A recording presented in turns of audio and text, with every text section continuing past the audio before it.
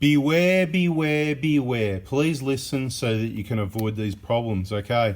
This vehicle was recently worked on by no other than you know who. He sent the vehicle for a valve clearance check. Okay, so what would have happened there?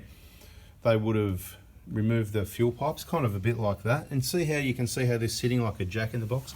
Mate, can you please demonstrate how they sort of like spring up a little? Oh, we've already loosened them at the bottom, so that doesn't work. Once we loosen the bottom, I forgot about that. But see how they're sitting up? That's because previously they don't loosen the bottom. They take the top off, they bend the pipes backwards to get the valve cover off. And if this video continues, you may see some evidence later. You just got to be really careful. You know, this is all avoidable. Anyway, basically, yeah, they bend the pipes up, slip the valve cover out, check your valve clearances, which we already know they're going to be okay. Everything's going to be okay. We already know that. So you don't need to take your vehicle to get a valve clearance check. What you need to do is whenever the injectors are getting replaced, at your choice, whatever you do, whether you get us to do it or whether you get the injector kit from us and watch all the videos in the VLP, whatever you decide to do, you check the valve clearances when you do the injectors. That's the way things work on these vehicles.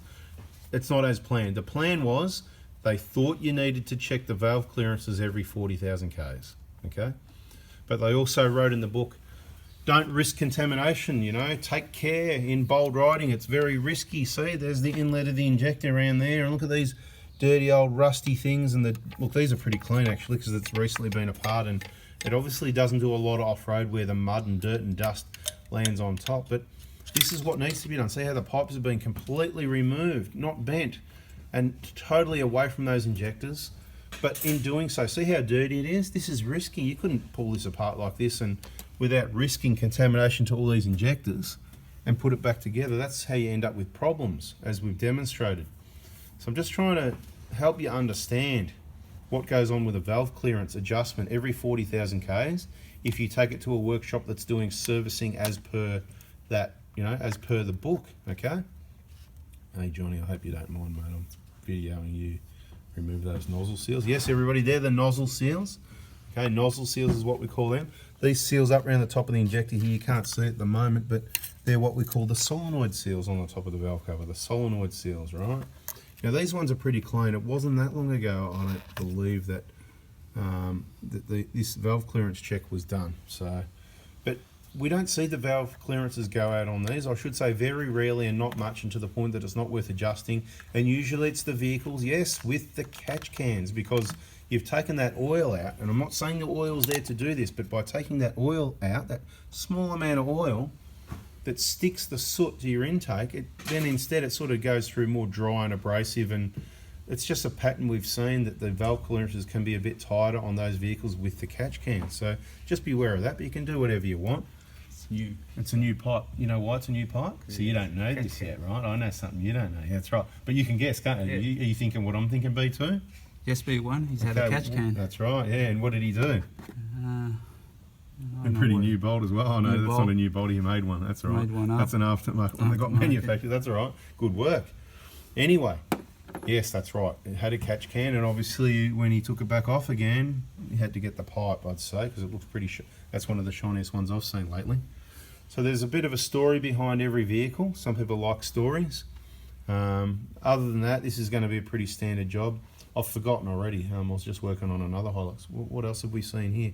So the pipes, though, are a bit rounded as well. We noticed. So how many times have they been off, we don't know. And this is the problem. If you do valve clearance check, valve clearance check, valve clearance check, eventually your fuel pipes are going to leak because people aren't torquing them up correctly, and they can only be used a limited amount of times.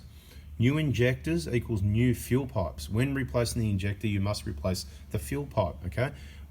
If you put different injectors, you should replace the fuel pipes, because what happens is the material on the end of the pipe, it becomes squashed and hard, and therefore there's no flexibility there. It's kind of like its own gasket, if you know what I mean. It's like reusing a gasket. You can reuse the pipes maximum 3 times. That's from me, not from anyone else. From me, Anthony said, the original use from factory and another 2 times, 3 in total. You can use them as many times as you like, but it's risky of having leaks because you're reusing a gasket. The end of that pipe crushes down. It's like reusing a gasket. New pipes, 32 Newton meters. reusing them 35, and the third time I'd even go 36, 37, just to go a little bit more on the same injectors with the same alignment so that you don't have any issues. We've never had a fuel pipe leaking. We've never had an internal fuel leak.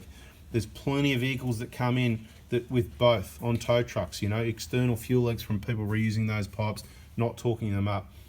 We hear stories all the time about people having to take their vehicles back to workshops from all this plumes of smoke and then getting sold turbos, you know, that thing down there.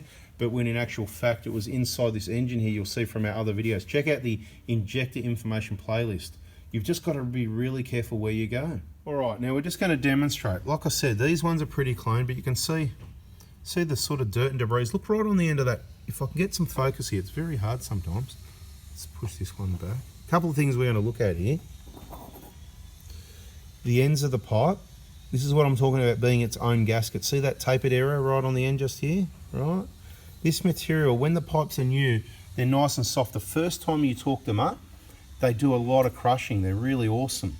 And they crush to the shape of that separately engineered and manufactured injector inlet, okay? And that's why new injectors, new pipes. There's so many reasons for it. I'm not going to go into it in this video. I've already done it in the injector information playlist. Now, see here where they've used spanners, see on top there?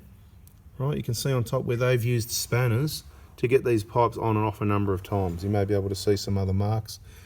We had to hammer we used the crow's foot. The crow's foot spanners, the 17mm, that's what they are. They don't leave any marks. We can work on the vehicle, you won't even see a mark. See here, see where it's kind of flat there? I'll put this light out of the picture, I don't know. There you go. That's where we've had to slide the crow's foot over it and sort of tap it on with a hammer to slide it down.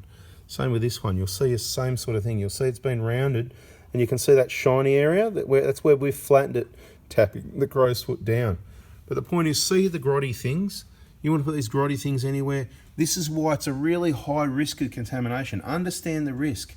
So if you've got a problem with a blocked E-jar cooler or something like that and you want to rip it out and clean it to fix that problem, beware, because you could cause other problems to your injectors, whether you've replaced them or not. So the time to do work where you take these fuel pipes off is when you replace the injectors. Really important information. Some people might have missed it. There's a lot of new people. I urge you to check out the injector information playlist. If you're interested in injector kit, there's a video called Latest Injector Kit Information or something like that. It's from January 21. It's important that you've watched that before you inquire about injectors. Injector day is Monday, injector kit day. If you need your injector kit, hit me up with a text message from 7:30 Monday morning. Filthy things, right? Look at them.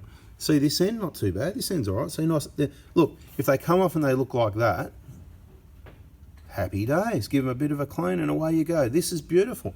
This is how this end is. Beautiful, right?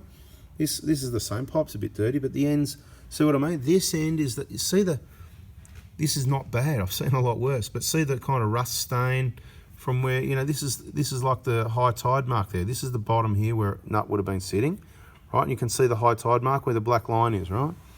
Bit hard to see on these ones, but see there's all rust and debris. You unscrew that, things fall down. I don't know if you can see right on this area here. Right, you might say just clean it and put it back on. Some people will say, yeah, it's good enough, mate, when you complain too much, whatever. Right, I'm giving you the information you need to keep the vehicle reliable. If you don't like it, thanks for watching. See ya.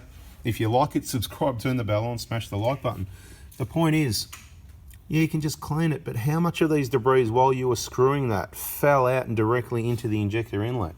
I can tell you how much, quite a bit, because we see it. We see them on the bench, we look in the hole.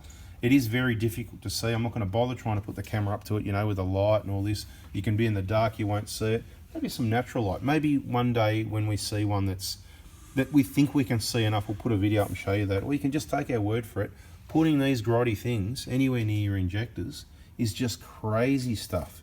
Anyway, and if you've got an EGR system, it's probably time to clean it. Have a look at that. That is an absolute shocker, isn't it?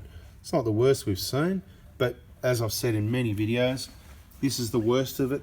Right, this end up here is pretty good. You can see where it comes in at the EGR valve. This is where all the crap enters the system. This is your exhaust gas. Believe it or not, as dumb as it sounds, yes, that's what's happening. We're taking exhaust gases, that's what goes out the tailpipe usually, and re-entering it from straight after it's been burnt through the system back to the intake system. That's this here. This is the intake system. This is your cold filtered airs coming in here, beautiful. And it should be going around through there, out here, into the manifold and into the engine. But right here, it's a little bit upset because what's happening, as you can see, you know, that is full of dirty black soot, because dirty black soot's what you get from a diesel. So EGR and diesels is a bad idea. And if you want to be really, really, you know, clear about, you know,